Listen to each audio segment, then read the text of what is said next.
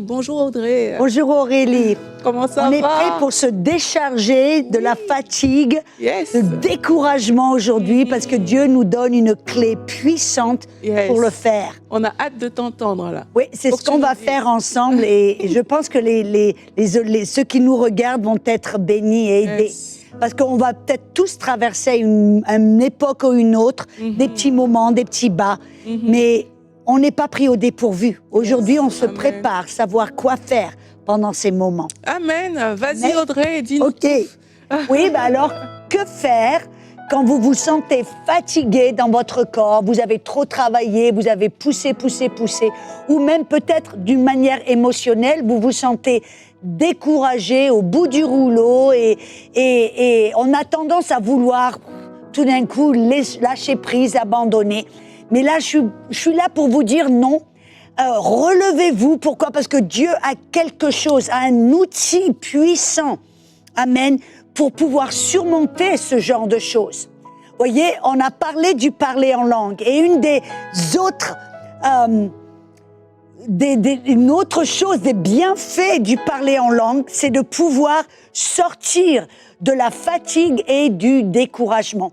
Il y a 2 versets différents, je dirais même plus que ça, 3, amen, dont je vais parler, qui nous montrent que le parler en langue peut nous édifier. 1 Corinthiens 14, verset 4 dit « Celui qui parle en autre langue s'édifie lui-même. » Jude, il n'y a qu'un chapitre, donc le verset 20 nous dit « Pour vous, mes bien-aimés, vous édifiant vous-même sur votre très sainte foi en priant par le Saint-Esprit, ou je pourrais dire en autre langue. » Et vous savez, même quand on se sent fatigué, que ce soit physiquement ou émotionnellement, la fatigue peut se ressentir de ces 2 côtés. Le prophète Ésaïe avait prophétisé à ce sujet. Dans le chapitre 28, versets 11 et 12, il dit « C'est par des hommes aux lèvres balbutiantes et au langage barbare ou au langage étranger », et il parlait là du parler en autre langue, il dit que l'Éternel parlera à ce peuple. Il lui disait « Voici le repos, laissez reposer celui qui est fatigué. Voici le lieu du repos. » Mais ils n'ont point voulu écouter. Malheureusement, c'est dommage, le nombre de personnes qui ne veulent pas écouter, qui ne veulent pas accepter que Dieu nous a donné ce langage divin, qui est ce langage, et pour aujourd'hui, oui, pour trouver cet endroit de repos. Amen. Nous sommes appelés, vous vous rappelez, Jésus a dit, amen, celui qui est fatigué, viens vers moi, car mon joug est léger, mon fardeau est léger, mon joug est facile. Vous voyez, et même Hébreux 4 dit qu'il y a un repos pour le peuple de Dieu. Et alors, pour entrer dans ce repos, vous et moi, nous pouvons parler et prier en notre langue. Voyez, si vous vous sentez découragé, vous sentez comme vous avez perdu la joie, peut-être parce que vous êtes confronté avec des impossibilités et des obstacles, des attaques. Vous êtes peut-être en train de traverser une période très difficile, mais mes amis, vous n'avez pas besoin de la traverser dans la défaite, dans la soumission, dans la tristesse. Vous pouvez vous relever en priant en notre langue et trouver cette joie. Vous savez pourquoi? Parce que l'apôtre Paul même le disait à Timothée. Il était un jeune pasteur et là, je suis persuadée qu'il faisait face à pas mal de confrontations, de problèmes. Il devait, Timothée, j'en suis sûre, se sentir fatigué, découragé, avoir peut-être envie d'abandonner. Et Paul lui a dit, c'est pour ça, je t'exhorte à ranimer le don de Dieu que tu as reçu par l'imposition de mes mains. Car ce n'est pas un esprit de timidité ou de peur que Dieu t'a donné, mais un esprit de force, d'amour et de sagesse. Ce que Paul lui disait, c'est qu'à l'intérieur de Timothée, il y avait le Saint-Esprit. Et c'est le Saint-Esprit est rempli de force, de puissance et de joie. Vous vous rappelez Galates 5, verset 22, il dit, le fruit de l'esprit, c'est l'amour, la joie. Amen. La paix. Si vous n'avez plus de joie, amen. Alors, comme Paul l'a dit, ranimez le don de Dieu par le Saint-Esprit. Commencez à prier en notre langue. Vous savez, moi, je me rappelle, j'étais en tant que missionnaire, très souvent, et la plupart du temps, je voyage seule parce que je vais dans des endroits où la plupart des gens ne veulent pas aller. Et je me trouvais en Éthiopie et là, j'étais toute seule dans ma chambre et c'était tout d'un coup une fête nationale aux États-Unis. Vous voyez, mon imagination a commencé à me jouer des tours. J'ai commencé à m'imaginer, à voir toute la famille réunie autour d'une grande table, à parler, à rigoler, à manger des plats succulents. C'était la Thanksgiving, c'est une célébration de reconnaissance et de gratitude envers Dieu. Et là, j'étais toute seule et je commençais à m'imaginer. Et tout d'un coup, vous savez, mes émotions ont commencé à aller en bas. Je n'avais plus de joie, je me sentais triste, abandonnée, isolée. Je me suis sentie tellement seule et triste que tout d'un coup, j'ai entendu le Saint-Esprit qui me dit « Audrey, sors de là tout de suite ». Ça m'a même un petit peu choquée parce que sa voix était assez forte. Et je me suis dit en moi-même « Mais comment je vais le faire ?» Et le Saint-Esprit me dit « Commence à prier en autre langue ». Alors j'ai dit « Ok », je me suis levée, j'ai commencé à prier en autre langue, à prier. En moins de 10 minutes, il y a comme un flot de joie qui est monté. Amen. Qui est monté. J'ai commencé à rigoler. Et de ma bouche est sorti « Merci Seigneur ». Au lieu de m'engraisser à la maison, autour d'une table, je suis là, sur le champ de mission, à prêcher l'évangile. Merci Seigneur. Mais c'était tellement spontané, tellement réel. J'ai ressenti la joie de Dieu. Mais vous savez comment j'ai fait ? J'ai animé, j'ai remué cette joie. Parce que cette joie ne vient pas du ciel. Cette joie, cette paix, cette bonté, cet amour est en vous, dans le Saint-Esprit qui est en vous. Et vous avez simplement besoin de l'animer, de le remuer. Vous voyez, comme un verre de Nesquik dans du lait, le Nesquik, il va aller au fond du verre de lait. Et des fois, on a simplement besoin de le remuer. Et comment le faire ? En priant en notre langue. Et de cette manière, on rentre dans la joie du Seigneur. On rentre dans le repos. On rentre, alléluia, dans cette position de paix et de victoire avec une nouvelle perspective en sachant nous ne sommes pas orphelins, nous ne sommes pas tout seuls abandonnés, laissés à nous-mêmes. Nous avons un Père qui nous aime, qui nous regarde, qui nous protège et qui va nous aider dans n'importe quelle situation où vous vous trouvez. Mais c'est vrai que peut-être vous vous sentez fatigué dans votre corps.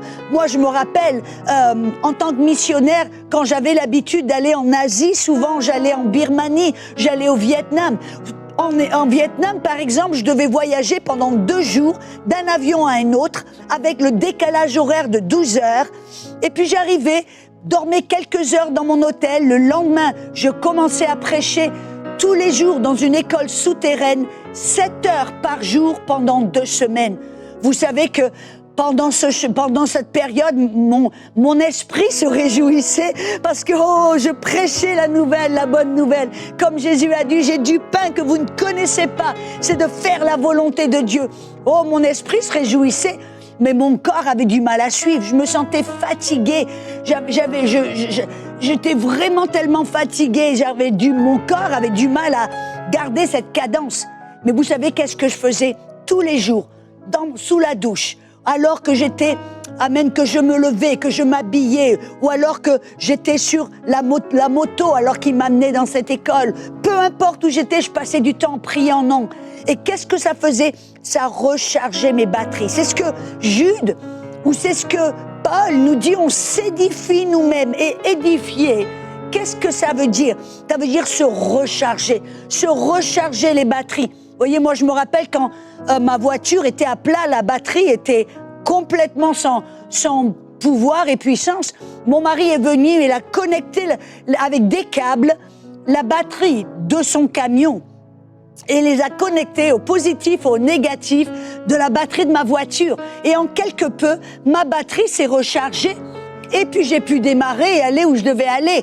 Et vous savez, dans l'esprit, c'est la même chose. On peut recharger nos batteries. Non pas que notre esprit se fatigue, parce que notre esprit est parfait, sain, juste, mais notre corps, nos émotions, les parties de nous qui n'ont pas été encore touchées par l'Esprit de Dieu, notre corps peut se fatiguer, mais on peut se recharger les batteries. Et en faisant cela, vous savez, je retrouvais de la force physique pour faire ce que Dieu m'avait appelé à faire. Et comme cela, pendant 2 semaines, je pouvais garder cette cadence intense à prêcher la bonne nouvelle 7 heures par jour, sous une température de 45 degrés, sans clim, je dois l'ajouter. Amen. Et alors, oui, donc, des fois, on avait de la clim, mais des fois, elle ne marchait pas. Et vous savez, le Saint-Esprit est là pour nous aider. Amen. Et même si vous êtes malade, écoutez-moi bien, j'ai découvert quelque chose de tellement puissant.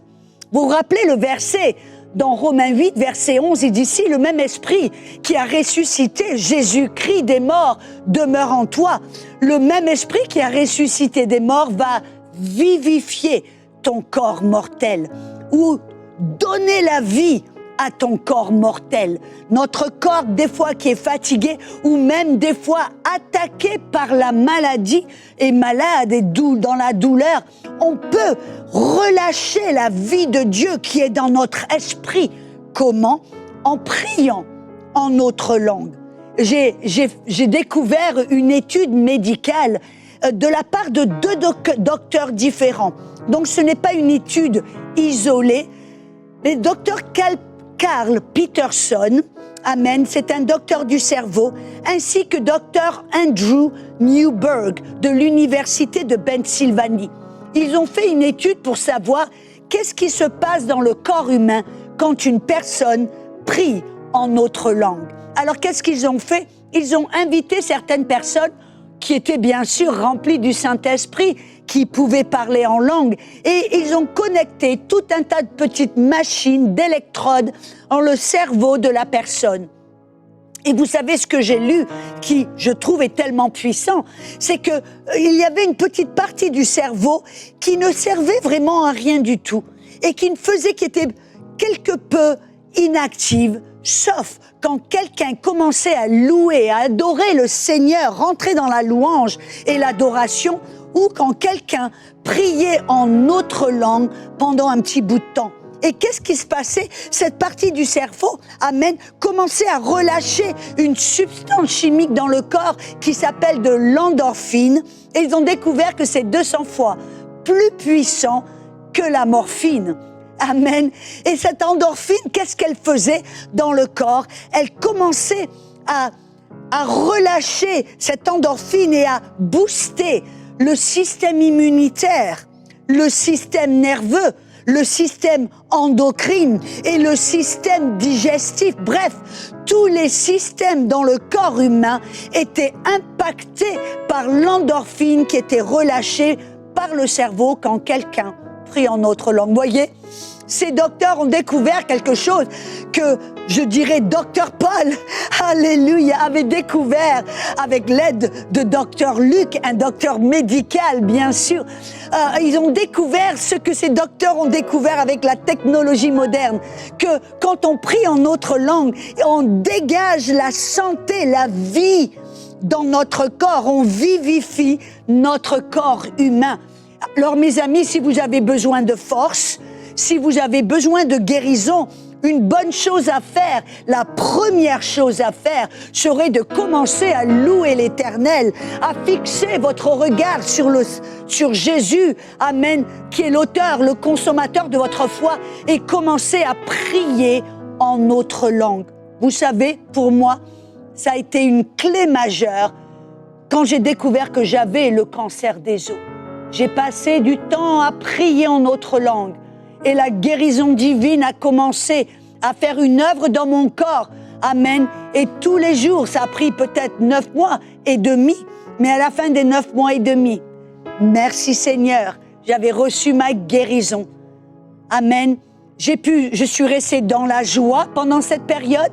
j'ai fortifié mon corps et édifié mon corps et j'ai relâché cette vie, la vie du Saint-Esprit, la puissance de résurrection dans mon corps. Oh mes amis, quelle beauté, quelle belle chose, quelle puissance, ce langage divin.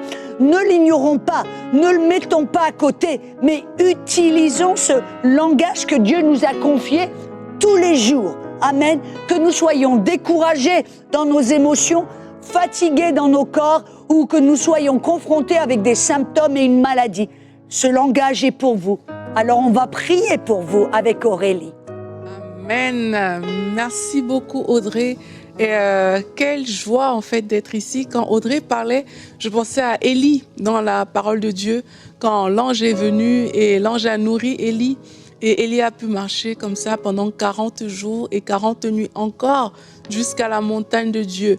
Et quand Audrey, tu étais en train de le dire, je me disais en fait, quand tu parles en langue, c'est comme si tu es nourri tellement spirituellement que ça te permet de faire des pas que tu n'aurais jamais pu faire si le Seigneur ne t'avait pas tout simplement rempli dans sa présence. On est vraiment bénis d'être là et comme elle a dit, on se tourne vers Dieu, on commence à l'adorer, à prier de nouvelles langues. Est-ce que là où vous êtes à la maison, vous pouvez commencer à prier comme ça, ne nous attendez même pas, priez, allez-y, on adore le Seigneur et on parle en d'autres langues. Alléluia, gloire à toi Seigneur. Et Paul nous a même dit, que ferais-je? Prier en autre langue et dans ma langue courante et je chanterai en autre langue. Chanter en autre langue, la Bible dit on magnifie Dieu, on lui rend grâce. Alléluia. Oh,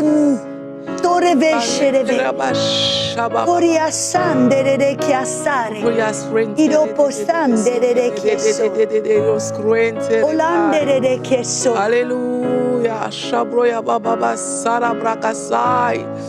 Gloire à toi, Seigneur Jésus. Notre secours lorsque nous sommes faibles, c'est toi, Seigneur. Nous déposons ces fardeaux à tes pieds. Nous déposons nos fardeaux à tes pieds aujourd'hui. Nous tournons nos regards vers toi. Korea baba sala braya baba baba shaya baba so. Diria baba solo brokosinda baba baba shaya yabasai. Dépose ces situations que tu portes depuis des années. Dépose aux pieds de Jésus-Christ aujourd'hui et regarde à lui et adore et parle en d'autres langues, chante dans l'esprit, regarde à lui aujourd'hui. Korea baba saria baba shaya baba so. Kelia basanta heredes. Toro bloko soro breke soto boy. Korea baba bashere breke soto reta ya maidi da da yo. Korea baba le Korea da yeskoro de adelia baya. Oh, nous prenons ton joug. Nous prenons ton joug doux et léger. Korea baba soria baba shebreya baba ya. Soria baba shoria bo soto breke soto de. Oh, je vois beaucoup de gens qui pleurent parce qu'ils sont en train de se décharger. Korea baba sai. Continue, reçois son joug qui est doux et léger. Kinaria baba soy. Karia sata toto kokosai. Miria baraka soto toto. Il y a de l'espoir. Il y a de l'espoir.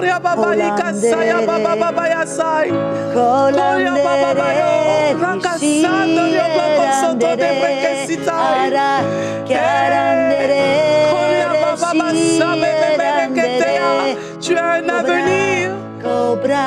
Tu as un avenir. Tu as une espérance. Il y a de l'espoir. N'abandonne pas. Dépose ce fardeau. Décharge-toi. Relève la tête car il y a de l'espoir. Il y a de l'espoir à ses pieds. Oh, il y a baba sa de breke soto broche bria basse. Ibro yo bobo de que se de ya sa de cari. Oh, il y a baba soria baba sada baba shai.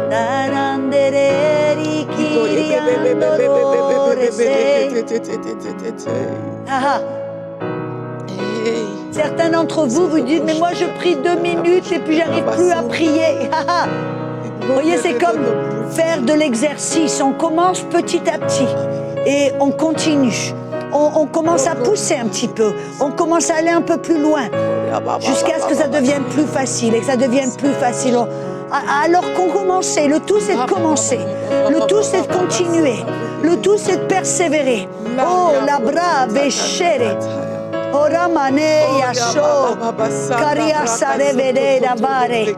Animez le don de Dieu que vous avez reçu par l'imposition de main, car Dieu ne t'a pas donné l'esprit de peur, de crainte, de faiblesse. Non, tu es fort dans l'esprit, tu es puissant dans l'esprit, tu es heureux dans l'esprit, tu es rempli de sagesse dans l'esprit. Alors ranime ce don de Dieu, commence à prier. Même si c'est un petit peu chaque jour, mais continue, persévère dans l'esprit.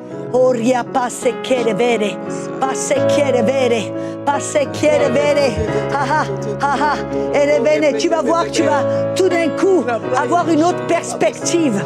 Les choses difficiles vont s'effacer et tu vas prendre conscience que la voie est tracée. Que ça devient de plus en plus facile. Qu'il y a une solution. Que Dieu est avec toi et en toi.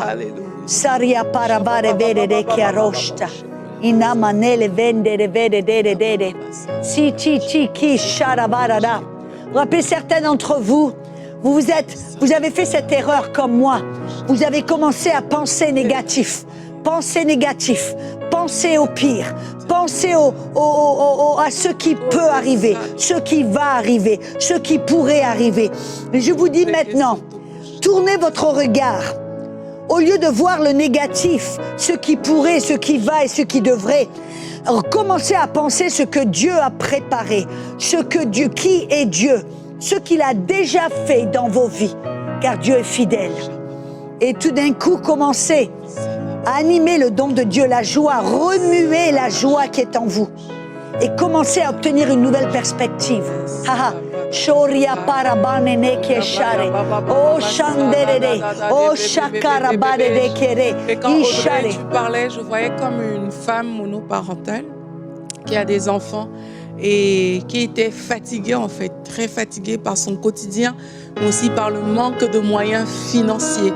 Et quand Audrey, elle disait tout à l'heure que en fait, alors qu'on est juste là, il y a des nouveaux chemins, il y a des voies, alors que tu choisis de faire confiance à Dieu pour toi et pour toute ta famille, mais il y a aussi des chemins surnaturels. Le Seigneur va ouvrir des chemins surnaturels pour que tu ne manques de rien, toi et tes enfants, si tu choisis juste de lui faire confiance. J'ai aussi vu une personne qui était seule et qui voulait faire une entreprise et ça semblait difficile. C'est comme s'il y avait beaucoup de blocages dans votre vie et vous vous demandez, mais pourquoi ma vie à moi est toujours plus compliquée que celle des autres? Pourquoi chez moi ça ne fonctionne pas souvent? Et aujourd'hui, pareil, alors que tu te décharges sur lui, alors que tu choisis de regarder à lui, il y a des nouveaux chemins que le Seigneur est en train de créer. Merci Seigneur pour ces chemins que tu crées dans la vie de tes enfants. Merci Seigneur pour cette femme dont tu relèves la tête. Amen. Cette femme qui était fatiguée, découragée, tu relèves sa tête, Seigneur.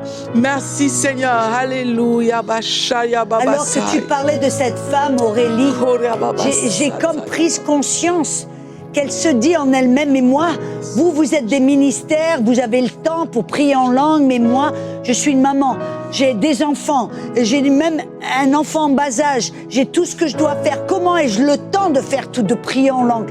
Mon ami, prends courage, parce que vous pouvez prier en autre langue alors que vous changez les couches, alors que vous faites la vaisselle, alors que vous faites le ménage, alors que vous êtes derrière votre volant pour aller peut-être faire des courses. Peu importe où vous êtes, ce que vous êtes en train de faire, vous pouvez à ce moment-là prier en autre langue, car la Bible dit que quand on prie en autre langue, notre intelligence est stérile. Pourquoi? Parce qu'on prie par l'esprit. On n'a pas besoin de notre intelligence pour prier en autre langue.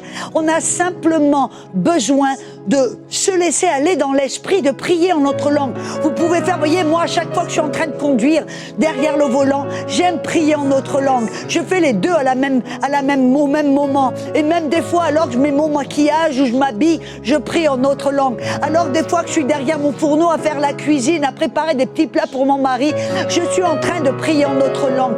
Peu importe où vous êtes, peu importe ce que vous faites, vous pouvez prier en notre langue. Alors, prenez, saisissez cette opportunité. Vous voyez, Dieu dans son intelligence, dans sa sagesse, nous permet de le faire. Alléluia. Oh, merci Seigneur. Et j'ai aussi vu, des personnes qui sont fatiguées et découragées parce qu'ils ont trop essayé d'avoir un enfant. Des personnes infertiles, vous avez essayé. Ça a créé du découragement, ça a créé Amen. la fatigue. Et là, aujourd'hui, on s'accorde dans la foi avec vous alors qu'on prie. Et Seigneur, merci parce que tu visites cette maison, tu visites ce foyer, tu visites ce couple.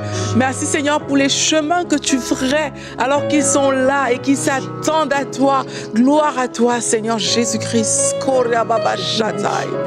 Je m'accorde avec toi. Je dis oui, au nom de Jésus. Nous parlons à tes entrailles, femme. Nous parlons à ton utérus, tes ovaires, tes trompes, à ton système reproductif. Et peut-être c'est de ton mari que le problème vient. Alors nous déclarons que sa semence est bénie. Nous déclarons une bénédiction sur votre couple. Oui, bien sûr, mes amis, vous devez être mariés pour avoir des enfants. Et nous bénissons votre couple, nous bénissons vos entrailles, nous bénissons votre semence au nom de Jésus.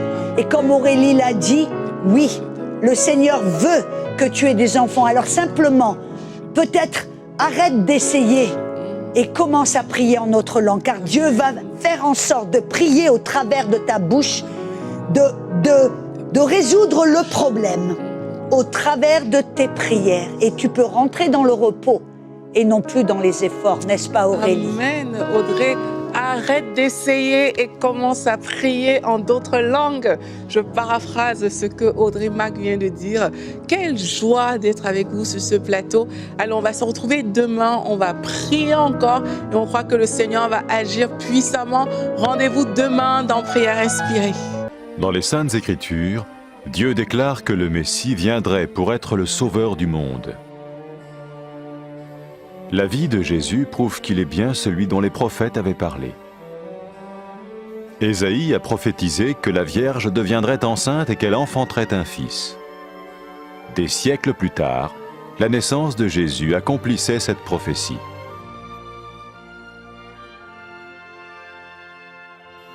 Les Saintes Écritures déclaraient que le saint à naître serait appelé le Fils de Dieu. Cela signifiait que Jésus serait le Fils de Dieu au sens spirituel et non au sens physique. Nous le voyons par sa manière de vivre.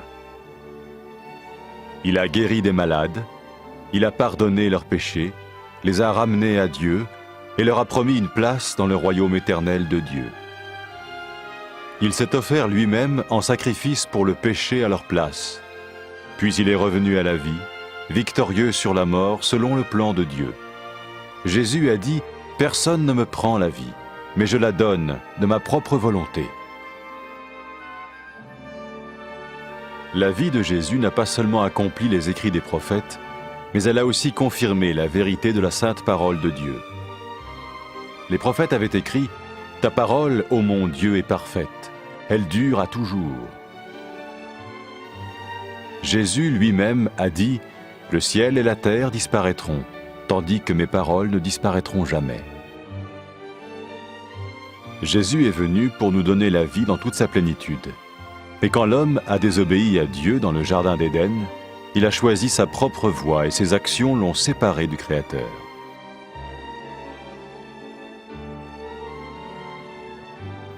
Les Saintes Écritures déclarent que tous sont péchés et que le salaire que paye le péché, c'est la mort. Il s'agit de la mort spirituelle, éternelle séparation d'avec Dieu.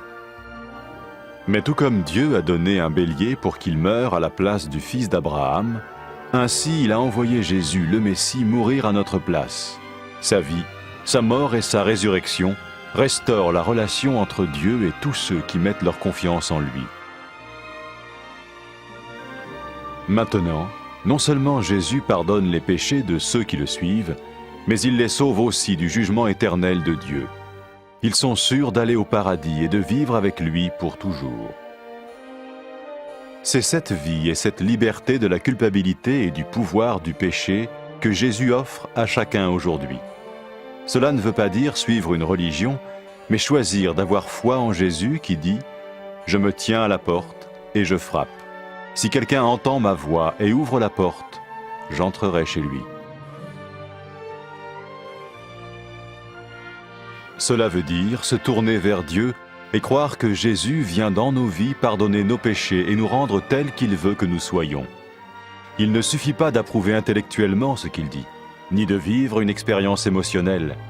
Nous le recevons par grâce, au moyen de la foi, par un acte de notre volonté.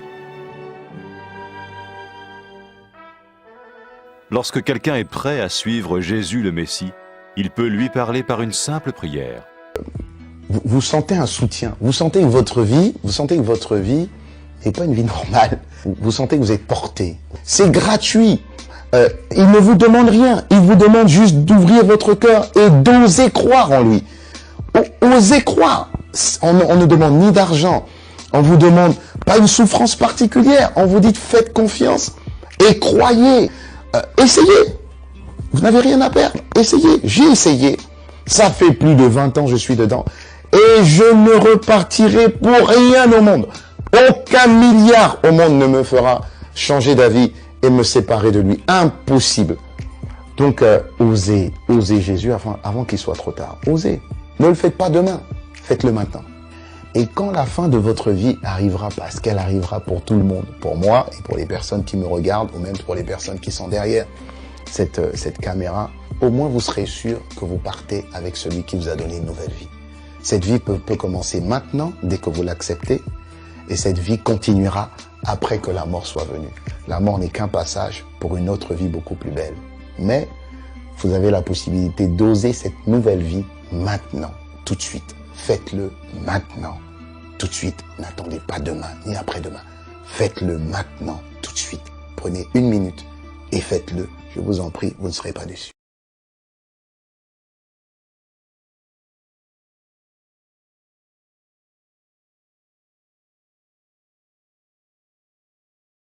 Après avoir écouté ce message, si vous avez décidé de donner votre vie au Seigneur Jésus-Christ, faites cette prière avec l'homme de Dieu. Mon Dieu, je viens devant toi, tel que je suis. Je confesse Jésus-Christ comme mon Sauveur et mon Seigneur.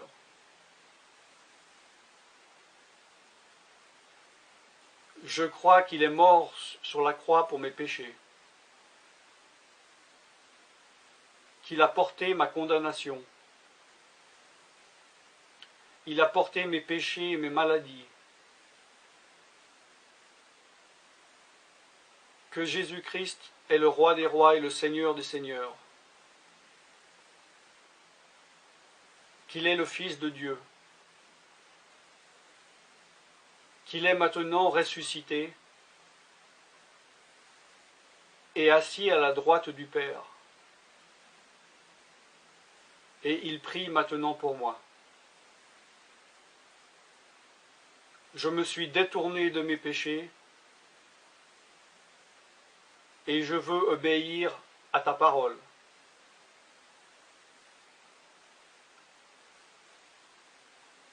Je viens à toi en te demandant, mon Dieu, de me donner ton Esprit Saint.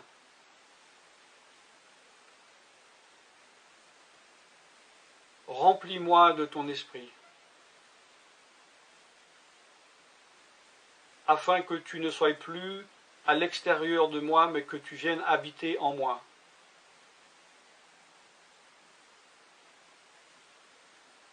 Et que je devienne ton temple. Esprit de Dieu, viens habiter en moi. Purifie-moi, lave-moi, sanctifie-moi, rends-moi pur, transforme-moi à l'image de Dieu. Je te remercie car je crois que tu m'as donné ton esprit, car tu ne mens pas, et tu as dit dans ta parole que tu donnes à celui qui te demande. Je fais cette prière au nom de Jésus-Christ. Amen.